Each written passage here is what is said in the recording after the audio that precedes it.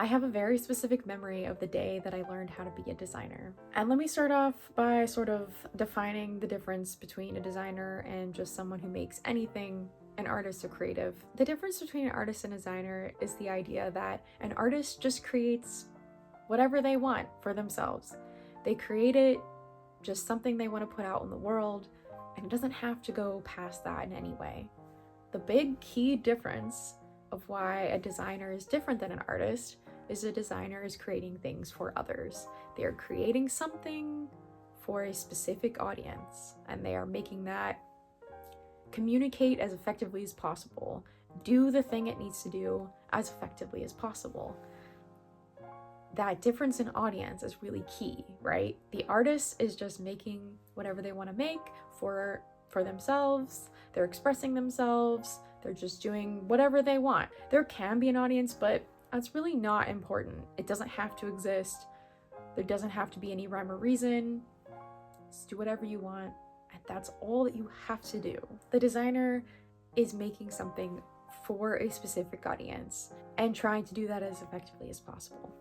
So, how do I want to tell this story? To start this off, I was a bit of a know-it-all. I guess I still am, but I was especially like that in school. I thought I knew the right answer to so many things, and I often butted heads with teachers that didn't agree with me. And that's probably pretty fair. I'm sure I was being an idiot like most of the time. I had a teacher that I did not get along with very well in school. Shocking. And I was making work. I thought it was really good, and I was not getting good grades. I don't remember how bad they were, but I wanted an A. I was not getting A's. I was like getting, something else.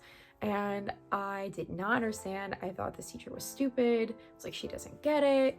She's not like seeing what I'm doing, and she just hates everything I do.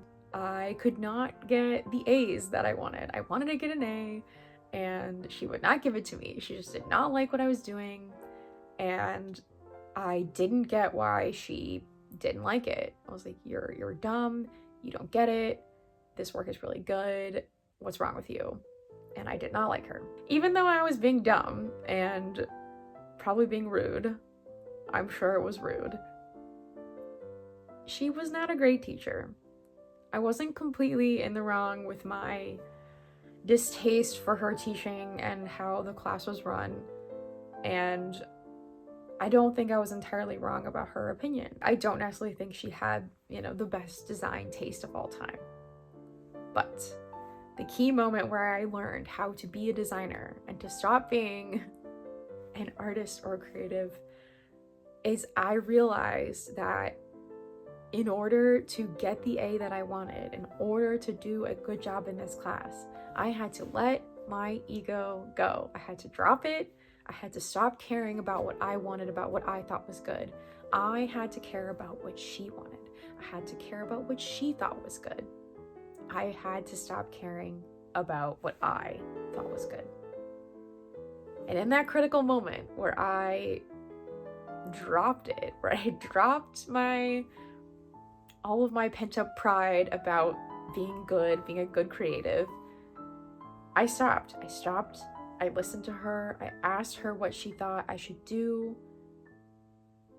And then I implemented those things. I just gave up. I gave up on making what I thought was good. And I started working on making what she thought was good. By listening to her, by implementing what she thought, or sort of taking her advice, still even potentially putting a little bit of my own spin on it, but continuing to correct to what she thought was good. That's how I got a good grade. That's how I created the thing that the client wanted. I had to start seeing this teacher I didn't agree with, this teacher I didn't like. I had to see her as a client. I had to see her as a client that I wanted to make happy because I wanted an A. I wanted to have done a good job, to have a good grade. So I had to listen to her. I had to let my own ego go. I had to let my pride go. And it worked. And I have tried to apply that ever since. It can be hard, especially when you're starting out, to not have your pride and, you know, all the care you've put into your work like tied up into the work. You need to put care into the craft, but the actual final thing, you have to remove your personality from. You have to like detach. You have to detach from it. You have to let it be its own thing, because you have to be strong enough to change it, to get rid of it, to go into an entirely new direction and not, you know, feel personally wounded by that. That was something that I did not know how to do before that moment. And now it's the approach that I take moving forward with every job, every client, every creative director, you know, the people that I work with. I try to have that approach where this is about them. This is not about me. I have to make what they think looks good, even if I don't necessarily always think it looks good. The best way to bridge the gap is to hopefully do both. Find something that you think is very strong that they also think is very strong. And there are other ways that I could definitely go into to sort of talk about how to do that, how to like get to that great middle ground. But I think the first step is really just letting go of your pride and the idea that you know the right answer and making it about them. This is not something that I've done perfectly, but a big part of how I've still been in this career for so long, a big part of how I've managed to do work that was well received, was the fact that I let some of my personal opinions go, and I was willing to just accept the feedback I was getting and figure out that I needed to build something different. I needed to build something that they needed and wanted instead of just what I thought was the best. I spent a lot of time, especially when I was very young, fighting this, and I really hope that you don't have to do that.